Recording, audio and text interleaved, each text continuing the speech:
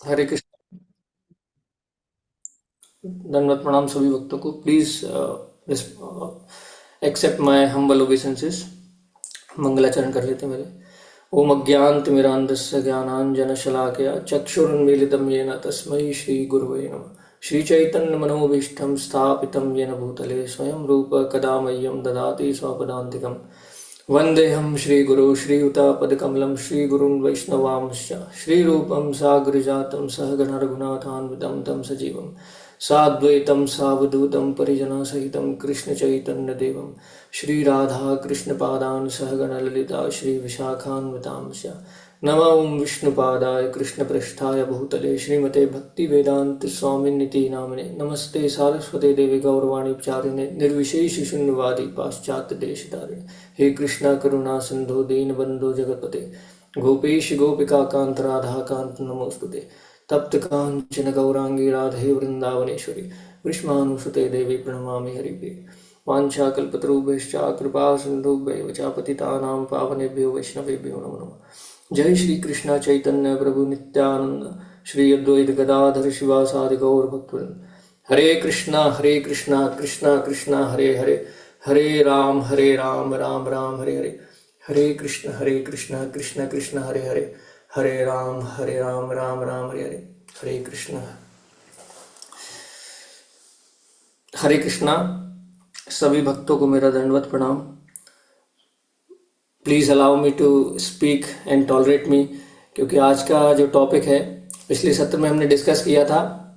नवदा भक्ति का जो श्लोक है 7.5.23 एंड 24, प्रहलाद महाराज ने जो बोला था, श्रवणम कीर्तनम स्मरणम पाद सेवनम, ये वाला। तो उसमें हम अभी पिछले सत्र में हमने वंदनम पे डिस्कस किया था, तो आज हम दास्यम पे चर्चा कर लेते हैं थोड़ा सा।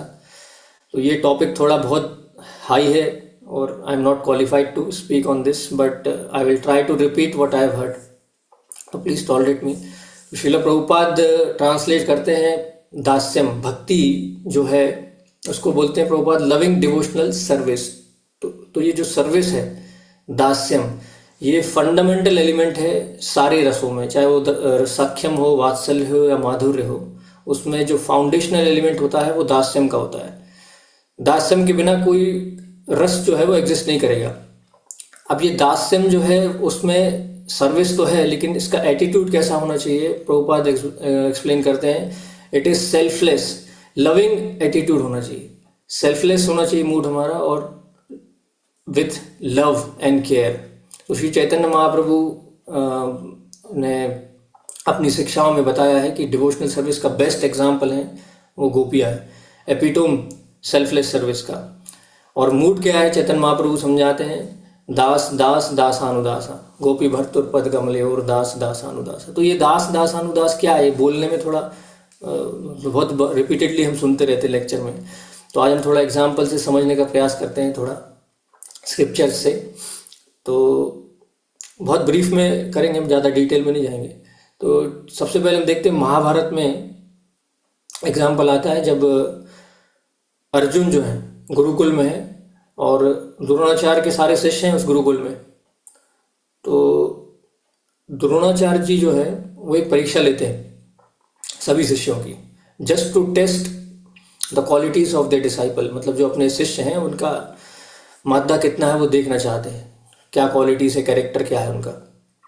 तो उसमें वो एक आर्टिफिशियल क्रोकोडाइल मगरमच्छ को क्रिएट करते हैं और खुद को अटैक करवाते हैं, और एकदम मतलब लहूलुहान हो जाते हैं और चिल्लाते हैं हेल्प के लिए।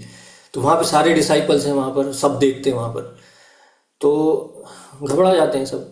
लेकिन जो अर्जुन है वो केवल घबराते नहीं हैं, मदद करने के लिए आगे बढ़ते हैं और अपना जो सीखा है उन्होंने उतनी अपनी कैपेसिटी, बेस्ट कैपेसिटी को अप्लाई करते हैं और उस मगर को तीर चलाते हैं और उसके मुंह को खोल देते हैं वो। तो वो छूट जाते हैं द्रोणाचार्य।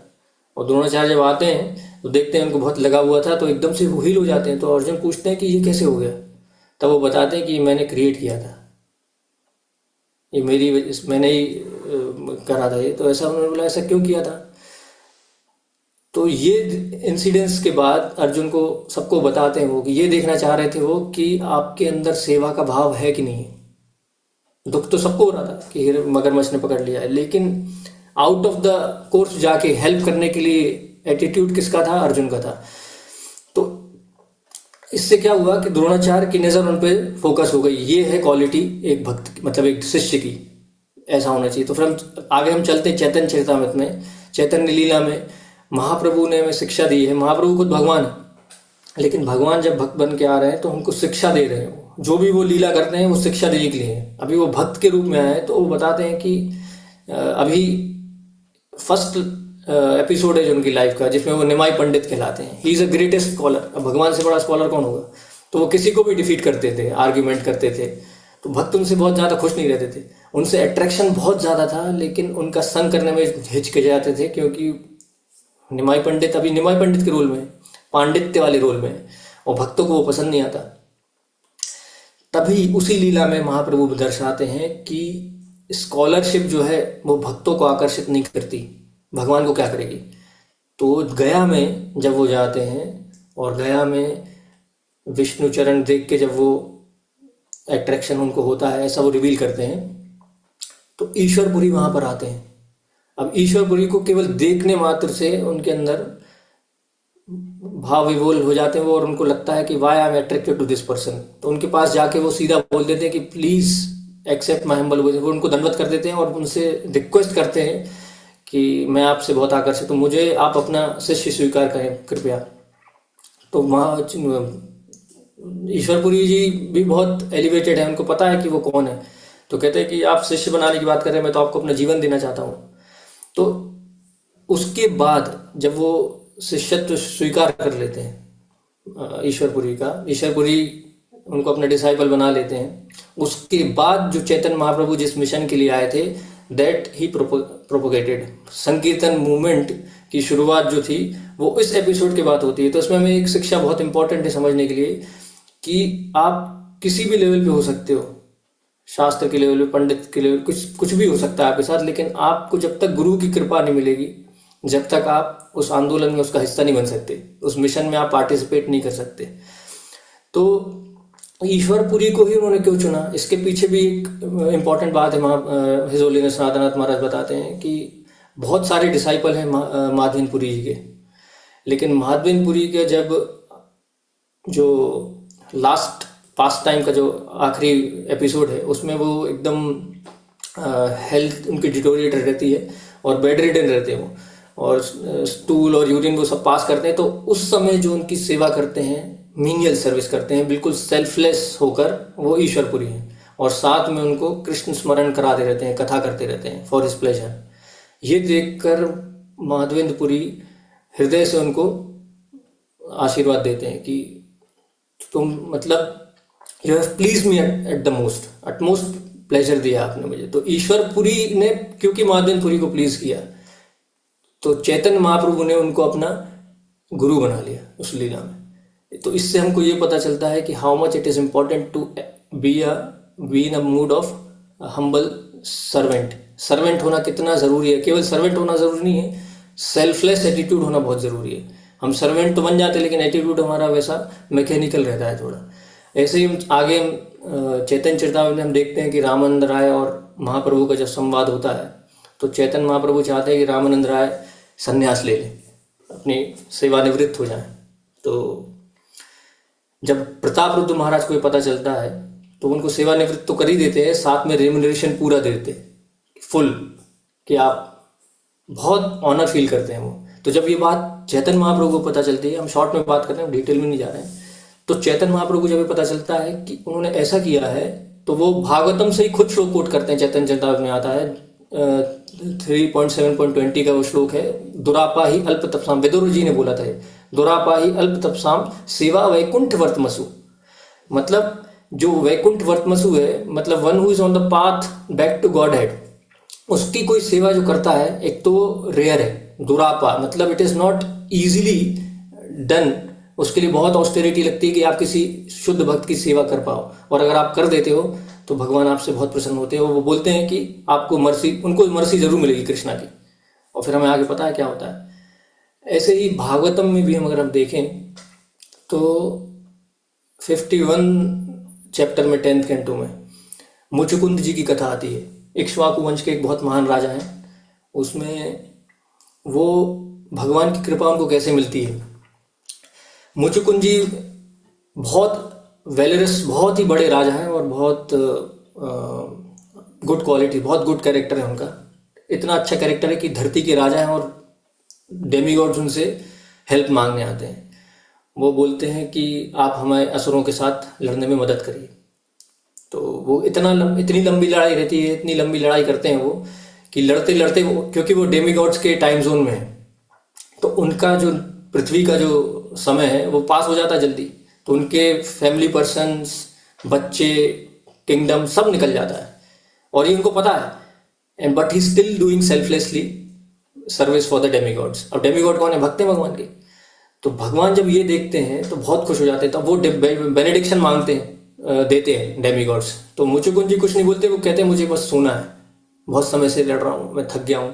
तो भगवान ये सब अरेंजमेंट करते हैं। आप देखो कि वो गुफा में सो रहे हैं और कृष्ण भगवान जो है, वो बहुत बड़ी लीला है, उसको शॉर्ट में समझने का प्रयास करेंगे कि एक कालेवन करके एक राक्षस या बारबेरियन, एक यवन मलेच्छ है, वो अटैक करता है मथुरा पे और उसी समय जरासंध भी अटैक कर रहा है। तो भगवान ऐसा अरेंजमेंट करते हैं क्योंकि उनको ध्यान में है मुचुकुंद वहां पर गुफा में लेटे हुए। तो वो कालेवन के सामने से गुजर जाते हैं नंगे पैर और कालेवन उनसे लड़ने के लिए आया हुआ है। तो वो इंसल्ट फील करता है कि यार ये इतना बड़ा मैं वो हूँ और ये ऐसी मुझे एक्नॉलेज नहीं कर रहा है। तो वहां से निकल जाते हैं वो। अब वो भगवान को चेस कर रहा है। राधानाथ महाराज कहते हैं कि he is just molecules away भगवान से, लेकिन उनको कैच नहीं कर पा रहे हो। और उसमें भागवतम में आता है कि क्योंकि वो सिंफुल हैं इसलिए वो भगवान को टच नहीं कर सकते, जबकि यशोदा मैया उनको बांध लेती है भगवान को। ये फर्क है। तो काल्यवन को वो गाइड करते हुए या ले जाते हुए उस गुफा में चले जाते हैं जहाँ मुचुकुंद लेटे हुए हैं। अब वहां पर भगवान अभी सामने नहीं आते मुचुकुंद के, वो छुप जाते हैं। तो कालेवन आते हैं अंदर और उनको किक करते हैं मुचुकुंद जी को। उनको लगता है कि ये भगवान यहाँ पर लेटा हुआ है वो, तो जोर से उनको किक करते हैं। और जब मुचुकुंद उठते हैं, ही ग्लांसेस ओवर, क्योंकि उनको बेनेडिक्शन था मुचुकुंद जी को कि वो जो भी उनको उठाएगा वो भस्म हो जाएगा, और वही होता है। तो हिज होलीनेस राधानाथ महाराज बताते हैं कि इस इंसिडेंट से, ये मुचुकुंद जी वाले, ये क्या अरेंजमेंट था कृष्णा का कि हमारे हृदय की गुफा में बहुत सारे अनर्थ हैं, लेकिन कृष्णा अरेंज करते हैं। जब आप सर्विस एटीट्यूड शो करते हो तो ही अलाउज यू, वो आपको ऐसा अरेंजमेंट करेंगे कि आप अपने अनर्थों का दर्शन कर लो। कालेवन रिप्रेजेंट्स अनर्थास, हमारे जो अनर्थ हैं हृदय की गुफा में। भगवान ऐसा अरेंजमेंट करते हैं कि आप कम से कम देख पाओगे कि आपके अनर्थ हैं हृदय में। ये भी भगवान का अरेंजमेंट है। और वो कहाँ से शुरू हुआ? सर्विस एटीट्यूड से। और जब आपके अनर्थ डिस्ट्रॉय हो जाएंगे तो भगवान आपके सामने मैनिफेस्ट हो जाएंगे। इस लीला से ये महाराज समझाते हैं कि ऐसा होता है। तो हमें भी ये प्रयास करना चाहिए कि हमारे अंदर के हृदय के जो अनर्थ हैं, हमें उस पर दृष्टिपात हो। हमें ऐसा एटीट्यूड रखना चाहिए कि हमें पता चलता रहे कि हमारे अंदर भी ये अनर्थ हमारे हैं जो हमें हॉन्ट करते हैं। पता तो सबको है। फिर हम रामायण से अगर एग्जाम्पल लें तो मोस्ट सेलिब्रेटेड एग्जाम्पल, सबको पता है, बेस्ट एग्जाम्पल दास्यम का हनुमान जी। हम वो पास टाइम में नहीं जाएंगे। मेनक पर्वत, फिर सुरसा और फिर सिम्हिका, कैसे वो हर एक ऑब्स्टिकल को पार करते हैं और उनकी कॉन्शियसनेस क्या है, वो हमेशा अपने आप को एड्रेस करते हैं, दासो हम कौशलेंद्र से, मैं रामचंद्र जी का केवल दास हूँ, यही मेरी आइडेंटिटी और कुछ नहीं है। तो हनुमान जी का जो एक और पास टाइम है, हम उस पर थोड़ा सा ज़रूर बात करेंगे। सीता जी के साथ जो होता है, वो देखते हैं कि सीता मैया जो है सिंदूर लगा रही हैं। तो वो पूछते हैं कि आप ये क्या कर रहे हो माता जी? तो वो बोलती हैं कि ये सिंदूर है, क्यों लगा रहे हो? तो इससे भगवान प्रसन्न होते हैं। तो वो जाके पूरे शरीर में और सभा में पहुंच जाते हैं सिंदूर लगा के। तो रामचंद्र जी बोलते हैं ये क्या कर लिया आप?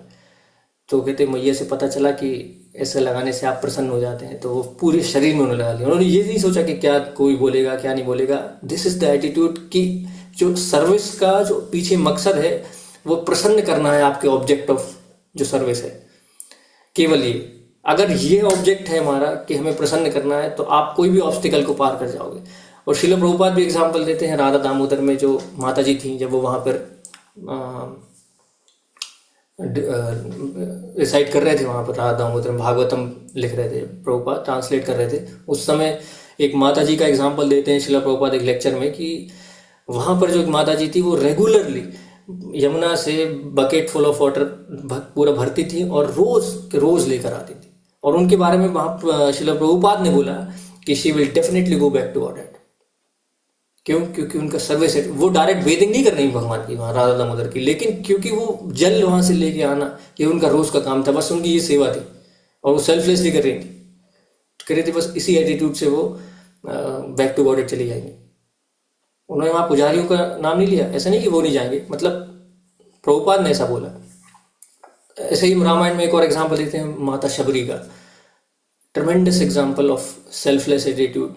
माता शबरी की जो लीला है उस समय तो बहुत सारी चीज़ें पता चल सकती हैं, जैसे कि उनके जो गुरु का वचन है उस पर उनकी कितनी श्रद्धा है कि उन्होंने ये भी नहीं बोला कि कब आएंगे, कभी तो आएंगे, और वो पूरे समय सेवा करती रहती है उस आश्रम की, रोज के रोज। बहुत डिफिकल्ट है वो ये सब अरेंजमेंट करना, फिर से साफ करना, और पता भी नहीं कब आएंगे। गुरु पे इतनी श्रद्धा थी उनके शब्दों पर, और सर्विस एटीट्यूड की वजह से भगवान उस आश्रम में प्रकट होते। ब्यूटीफुल एग्जाम्पल है सर्विस एटीट्यूड का। तो हम ये सारे एग्जाम्पल हम देख रहे हैं, तो हमें क्या बेनिफिट है ये सब सुनने का? तो इसमें आप देखोगे जैसे अर्जुन को, अगर आप सेल्फलेस सर्विस एटीट्यूड रहेगा आपका, तो सबसे बड़ा बेनिफिट है आपको ब्लेसिंग मिलेगी, गुरु की ब्लेसिंग मिलेगी। उन्होंने अंदर से ठान लिया कि ये मेरा महान सबसे उत्तम शिष्य बनेगा, ब्लेसिंग आती है। और सफल हो या असफल, दूसरा पॉइंट है कि आप सफल हो मिशन में या ना हो, रिजल्ट क्या होगा? परफेक्शन। जैसे जटायु के एग्जाम्पल में अपेरेंटली अगर हम देखें तो वो सफल नहीं हुए थे, लेकिन उनका अंत्येष्टि किसने किया था? खुद रामचंद्र जी ने। वो तो डायरेक्ट भगवान उनने ही भेजा उनको डायरेक्ट। तो ये बेनिफिट हमको सेल्फलेस सर्विस एटीट्यूड में मिलेंगे। तो ऑब्स्टिकल, अभी हम बात करते हैं कि सेल्फलेस सर्विस एटीट्यूड में सबसे ऑब्स्टिकल्स क्या है। सबसे बड़ा ऑब्स्टिकल है फॉल्स ईगो। ये जो एलिमेंट है ये हमें मजबूर करता है, it has a tendency to defend, मतलब हम खुद को डिफेंड करते हैं कि मैं क्यों करूं, मेरा मत आगे होना चाहिए। जो आई वाला तत्व है, मतलब हम छोटे छोटे बात पे भी लेड इनटू कॉन्फ्लिक्ट, छोटे छोटे इश्यूज पे सेंटिमेंटल भी हो जाते हैं। फॉल्स ईगो से सब स्प्रंग अप होता है। तो फॉल्स ईगो को हम अपनी ताकत से नहीं कर सकते पार। इसमें सबसे अच्छा एग्जाम्पल है रामायण में ही हम देखेंगे। अगर आप रामायण पढ़ेंगे तो उसमें तुलसीदास जी ने रामचरितमानस में जब वो चित्रकूट जाना है भरत जी को, तो वो गुहा जी से मिलते हैं, तो वो देखते हैं कि उनके जो रामचंद्र जी उनके जो उनको आराध्य हैं वो ऐसे उस पे सोते हैं, वो पेड़ के नीचे, और नंगे पैर जाते हैं यहाँ से। तो केवल वो सुन के वो रोने लगते हो कि मैं सेवक हूँ और मैं वहाँ पे बिस्तर पे सो रहा हूँ और वो हमारे यहाँ पे पेड़ के नीचे सो रहे हैं, और मैं चल के रस पे आया हूँ। तो कहते मैं यहाँ से नंगे पैर जाऊँगा।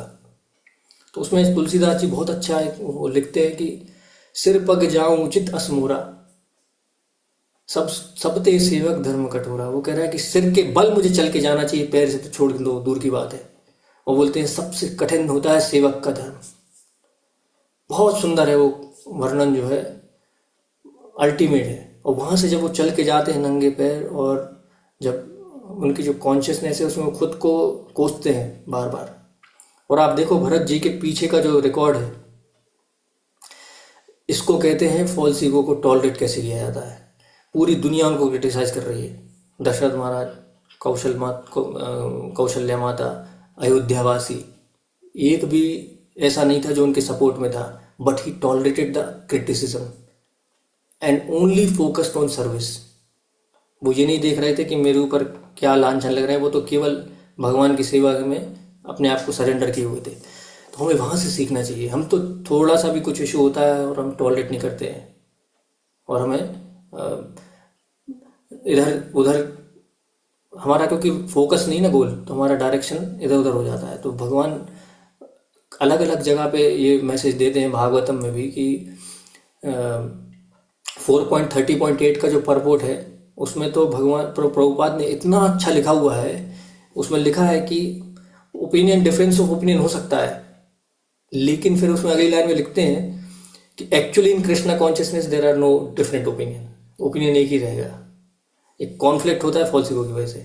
उसमें भगवान बता रहे हैं उस श्लोक में कि मैं दर्शन क्यों दे रहा हूँ आपको। श्री भगवान वाचा 4.30.8 में वो बोल रहे हैं कि तुष्टो हम सौहृदयेनवा, आप मतलब बोल रहे हैं कि अपृथक धर्म, आपका जो यूनिटी है ना उससे मैं आकर्षित हूँ। 2 बार वर्ड आता है वहां पर सौहार्देनवा, कि आपके हृदय में जो कनेक्शन है ना एक साथ, उससे मैं आकर्षित होता हूँ, इसलिए मैं आपके सामने आ गया।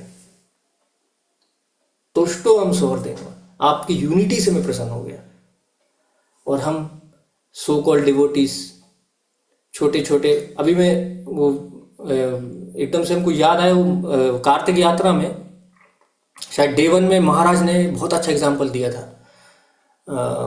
चैतन्य महाप्रभु को झारखंड से जाते हैं तो बताते हैं कि टाइगर और डियर एम्ब्रेस कर लेते हैं एक दूसरे को। तो उसमें महाराज एक वर्ड यूज करते हैं वहां पर कि जब महाप्रभु प्रेजेंट होते हैं, यानी कि जब भगवान है, संकीर्तन करते हैं तो भगवान आना चाहिए, ऐसा शास्त्र बताते हैं। तो अगर वो है वहां पर, इसका सबूत क्या है कि टाइगर और डियर जो ऑपोजिट नेचर के हैं, they are embracing each other. तो मैसेज क्लियर है वहां, महाराज क्या बोलना चाह रहे थे कि जानवरों के साथ ऐसा हो सकता है अगर महाप्रभु हैं, तो हम सो कॉल्ड डिवोटी अगर नहीं कर पा रहे हैं तो हमारी रास्ता भी बहुत दूर है। You have to surrender false ego. तो महाराज अभी एक मैसेज है कि जो हाईएस्ट ब्लेसिंग है दुनिया में भक्तों के समाज में, वो क्या है? Friendship in the association of devotees, highest blessing है महाराज बोलते हैं। और क्यों है? क्योंकि वो बोलते हैं उसी में आगे कि it is after millions and millions of birth that you get this chance, और फ्रेंडशिप के बाद ही वो डोर खुलता है। इसको हमको छोड़ना नहीं चाहिए। We should come over the dualities and rivals. तो दूसरा ये है कि ऑब्स्टिकल है कॉम्प्लिसेंसी। हम अगर सुस्त हो जाएंगे भक्ति में कि अब सब कुछ ठीक है, जब ये कॉन्शियसनेस आ गई अब सब ठीक है, हमें समझ लेना है कि वी आर कॉम्प्लिसेंट। महाराज एक लेक्चर में बोलते हैं कि until and unless you are taking shelter you are complacent. तो हम इसी भाव से ये प्रार्थना करते हैं, क्योंकि हमारे पास जो मंत्र है वो सबसे बड़ी प्रार्थना है, हरे कृष्णा कृष्णा कृष्णा हरे हरे, हरे राम राम राम हरे हरे। तो हम इस मंत्र को जबकि यही कॉन्शियसनेस में प्रार्थना करेंगे कि हमारे बीच में भी सौहार्द बना रहे और हम सर्व एटीट्यूड डेवलप कर सकें। मेरे अंदर भी नहीं है, इसलिए मैं आप सबसे प्रार्थना करता हूँ कि आप भी मेरे लिए प्रार्थना करिए। हरे कृष्णा। वाञ्छाकल्पतरुभ्यश्च कृपा सिन्धुभ्यश्च पतितानां पावनेभ्यो वैष्णवेभ्यो। जय श्रील प्रभुपाद, जय गुरु।